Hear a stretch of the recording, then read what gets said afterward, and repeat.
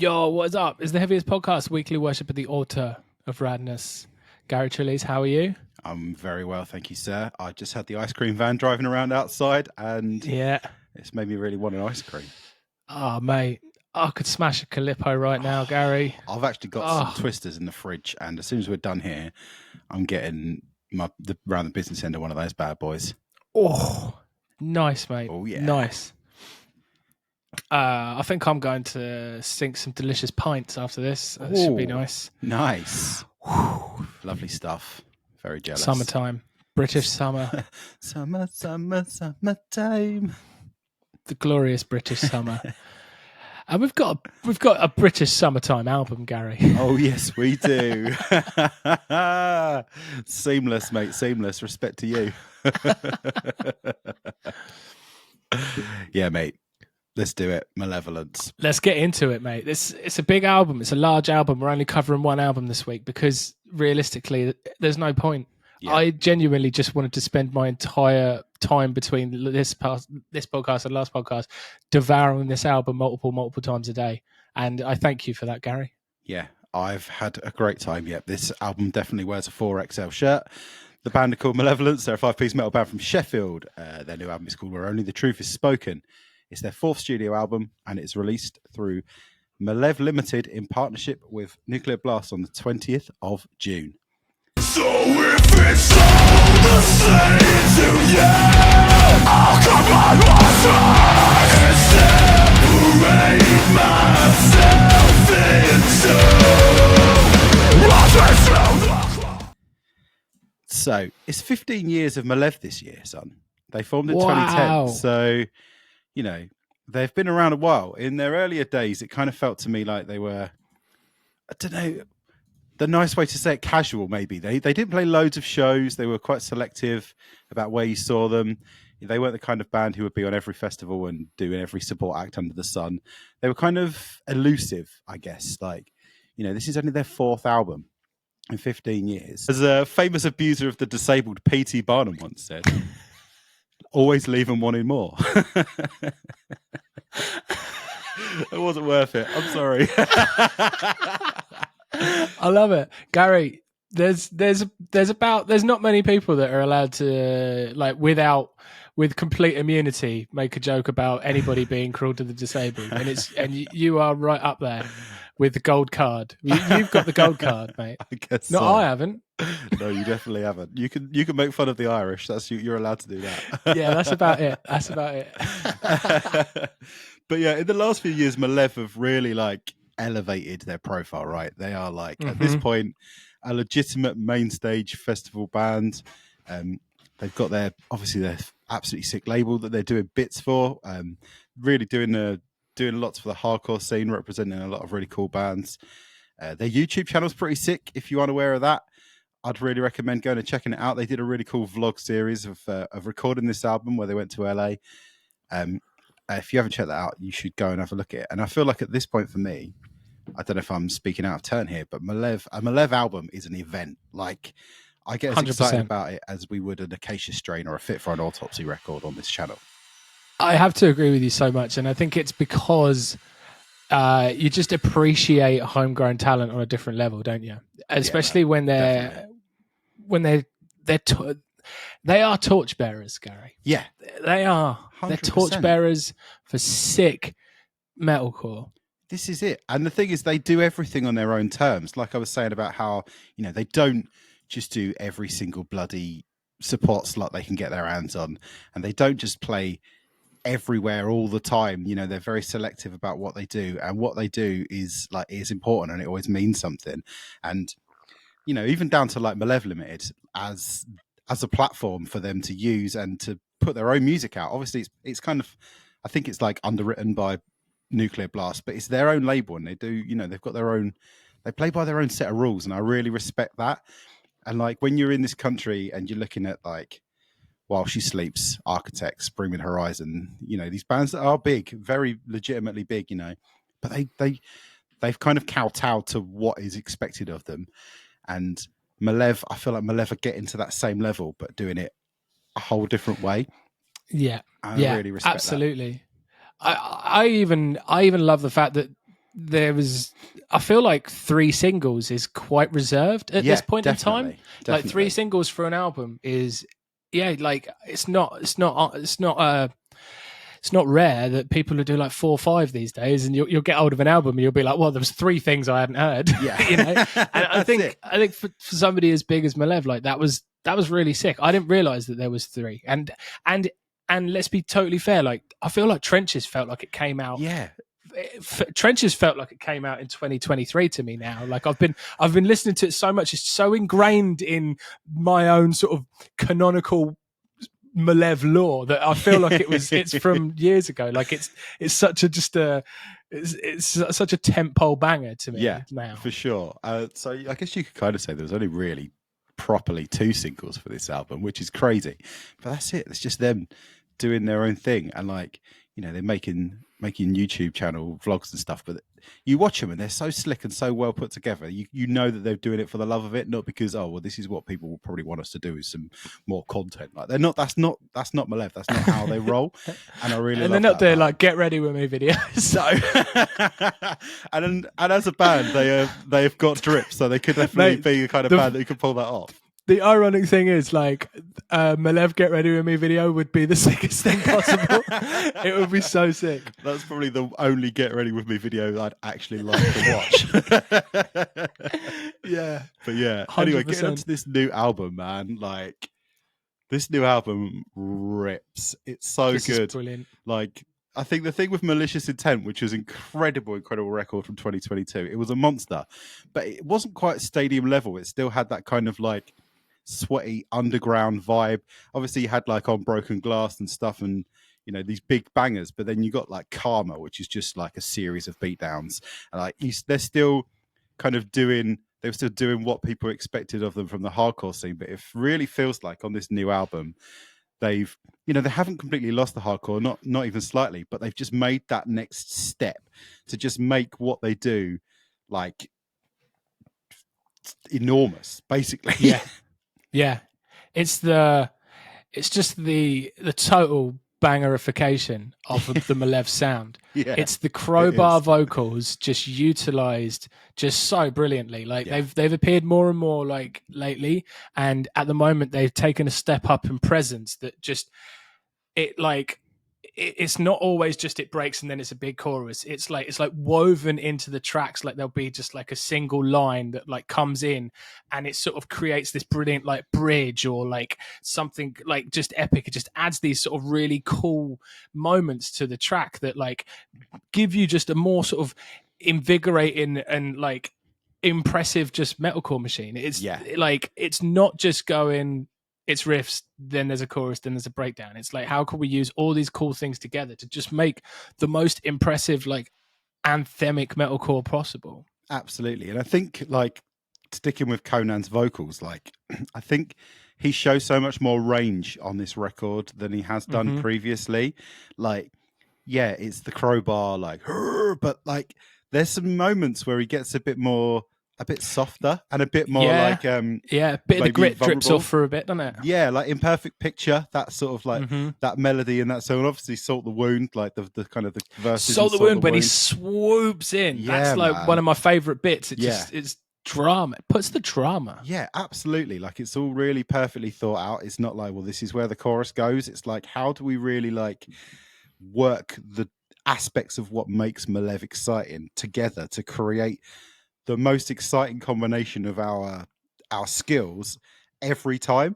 And I think that's really what makes this band awesome. They just everything that they do just feels so well thought out. And something that like they've always done, which I always really loved, was they would maybe drop like 10 BPMs in the middle of a like 4 bars. They pick like the third bar to just slow down a bit. And I always thought that was really cool. But I think like they kind of stripped some of that away, and some of the more kind of like jagged technical structures away to kind of make their sound just that tiny little bit more accessible for your average Michael metalhead. Do you know what I mean? Like just someone who might walk past them on the big stage and go, oh, what's going on? Like if they're doing some really weird technical stuff that might scare somebody off, but you're just an average dude who like Lamb of God walks past and you go, oh my God, what's going on right over there? That's incredible. And I Yeah. really think that's like the perfect next step for this band's career. But they have done it without having to scare off their old fan base, which is something that always has to happen, seemingly. That's and they're totally it. Exception to the rule, aren't they? They've created this gigantic melodic metalcore, but they've not watered it down for radio plays like 9 out of 10 of their peers would have. They've just built things for big stages and crowd participation without the wet nonsense. Like it's mate, for sure. It's unreal. Do you know what really surprised me actually is like I kind of thought going into this record, there's going to be at least 2, maybe 3 like ballad salad as they call it, you know, like higher place from the last record. I was like, that's gonna become so much more because it got a massive massive outpouring of love because it's an incredible song, like it's proper full-blown Black Album. But I kind of thought, there's going to be loads more of that on this record, and actually there's less. Like Salt the Wound is kind of the closest to that ballady vibe, but it definitely still ramps up and it's still got a fat breakdown and stuff. Like, the fact that they've not had to kind of go down that route just again highlights how incredible of a band they are. And their ability to write riffs is unreal. Mate, like unmatched. It's incredibly rare that you'll get to the last track on an album, right? This isn't a thin album, right? This is a chunky album. You know, in a world of like, I think there's just so many like half-hour albums these days. When something hits like 43, 47 minutes, whatever it is, you know you'll listen to it. It's not like, oh God, that album passed me by. Like you're in with this and it's fantastic. And their ability to continue to write really catchy, brilliant riffs just blows me away. Like you get to the final track on the album and it opens with one of the best riffs on the album. And it's like, I love that they just keep hold of that. They've got so many bloody riffs, Gary. They've literally been down the riff shop. They have got a 2-for-1 sale on at the riff shop for these guys, mate. Holy shit, like they're incredible. And like, I want to give Alex his flowers as well on vocals. Like, you know, it's always been Malevolence, like a sick band of instrument players. And then, you know, Alex is an all right vocalist, but he was always kind of the weak link in the band. I always felt like in the earlier material, he lacked a bit of projection. But he just keeps getting better and better and better with every 100%. Album. He sounds amazing on this. Like he's got a really good, much more extensive range, and he's got like them hooks and them punchlines and just those little memorable little moments that he just kind of throws in there.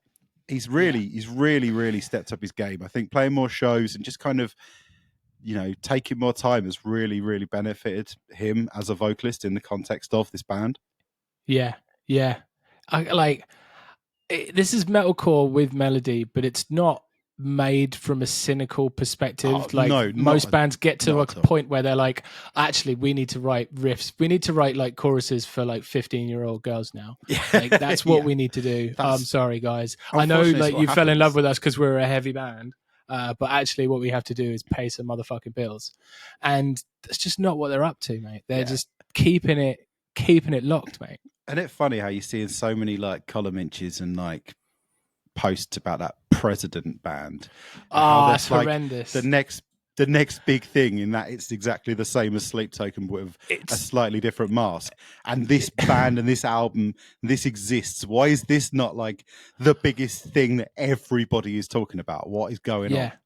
Like it's just bananas, isn't it? That whole President thing, dude, is so annoying. Like at a certain point, so like people are saying this isn't my point, but like, you know, you get to the point where it's actually your fault as an enjoyer if you're listening to President, if you're encouraging it, because like Sleep Token have come along and in a very short time they've become bigger than anyone could even conceive of. Like they like their headline download, you know, I don't even need to go into that. So when something does well, like what happens in an industry is they reproduce that. Like if a move, like when like The Walking Dead came out and everyone was like, zombies are amazing. Oh my God, yeah. They're like, how many like zombie things popped up all over the shop? So Twilight and vampires, absolutely. Twilight, vampires. You can't blame the industry for producing the things that they know will sell and create money. Yeah, because it's a production line. Yeah. Tesco's make ready meals because they know you're going to buy a fucking chicken tikka, mate. They ain't going anywhere. Like they're not just going to stop doing it. They know you want it, so they're going to continue to do it. Absolutely. So like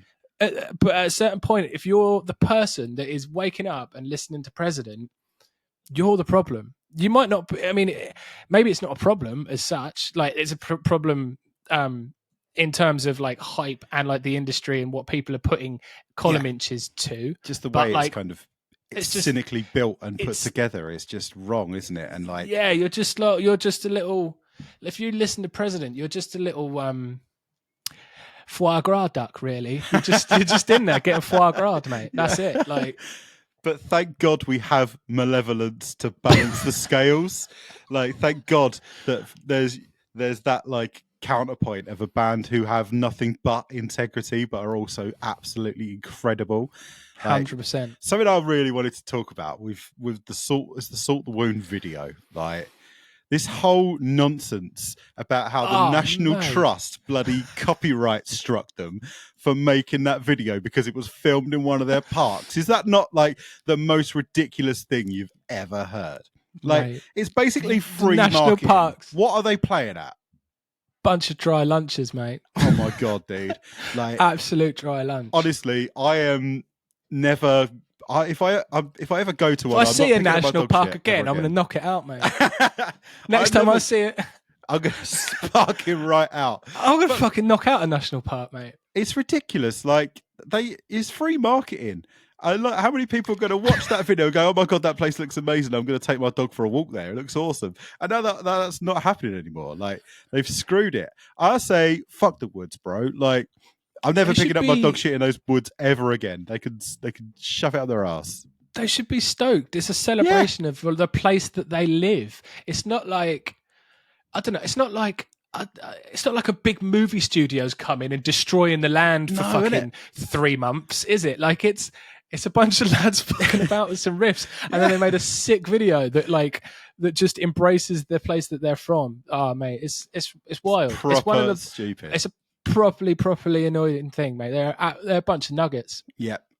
I reckon we should all go to a National Trust park, take our dogs, give your dog a load of cheese so he gets the shits, and just let him go to town, mate. Fuck him. Yeah, I might even get the shits down there. Yeah, I might get involved too. Sod it. Yeah. Mate, shocking. But yeah, that's got nothing to do with the album and how it sounds. It's just something that really wound me up. It's a talking point. I enjoy it, Gary. I'm glad you brought it up. It pissed me off. Do you think at this point Silosis are like, bloody hell, why can't we do this? I 100% think that. I 100% think that Silosis are thinking, oh, what is it that we're doing wrong? Because house songs don't sound anywhere near as good as this, do they? Yeah, we've basically got all of the same ingredients, but it just doesn't... I just can't make it taste right.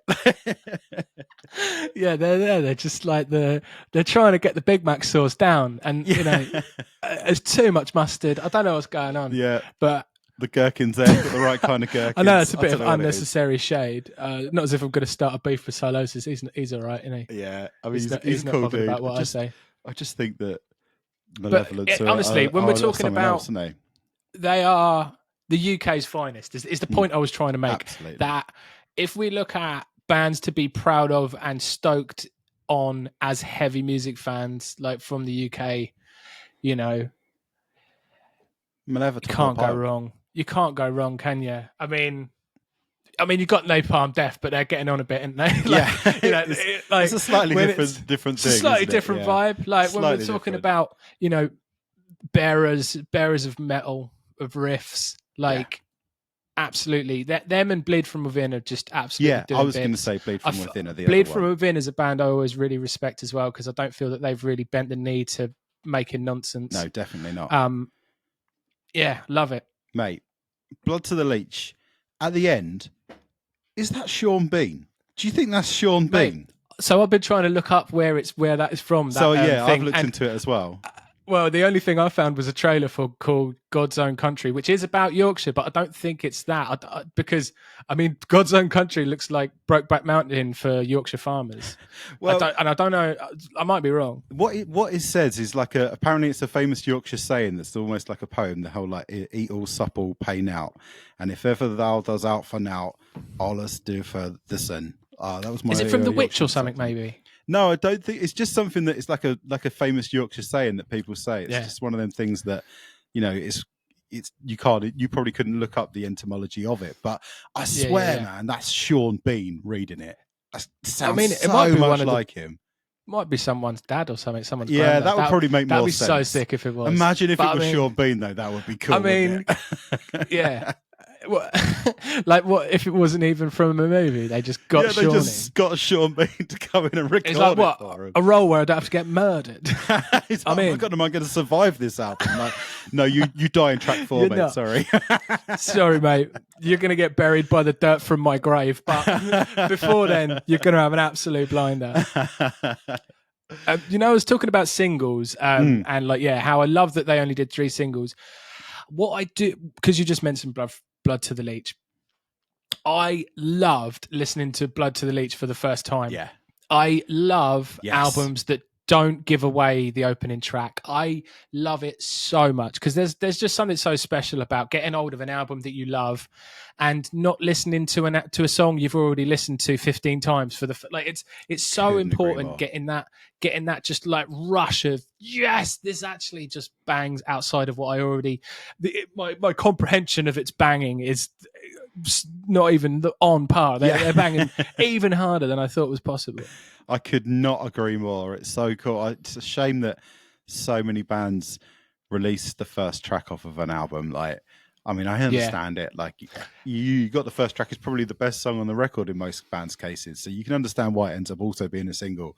But being able to listen to an album for the first time and be completely blown away by something you've never heard before is really exciting. It's an old school flavour. Yeah. It's an old school flavour, Gary. It's like getting an album back from HMV, forgetting your CD player, or your CD player doesn't have any batteries for you to listen to it on the bus, so you got to wait till you get home, and you need a shit, so it's a nightmare.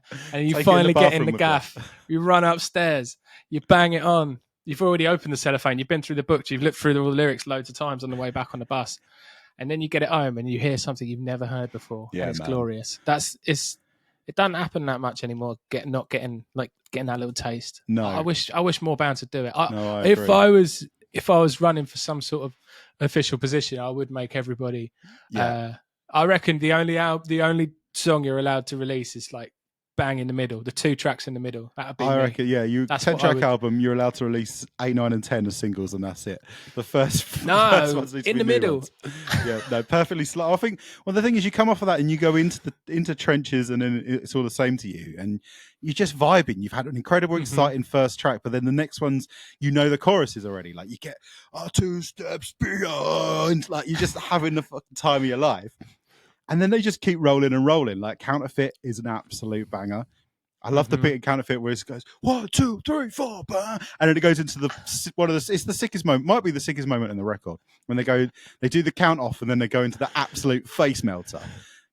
It's incredible. It's so good. And to quote one of our other favourite Yorkshiremen, Alex, like the opening of that song is an absolutely banging tui. Yes, absolute monster tui. Monster.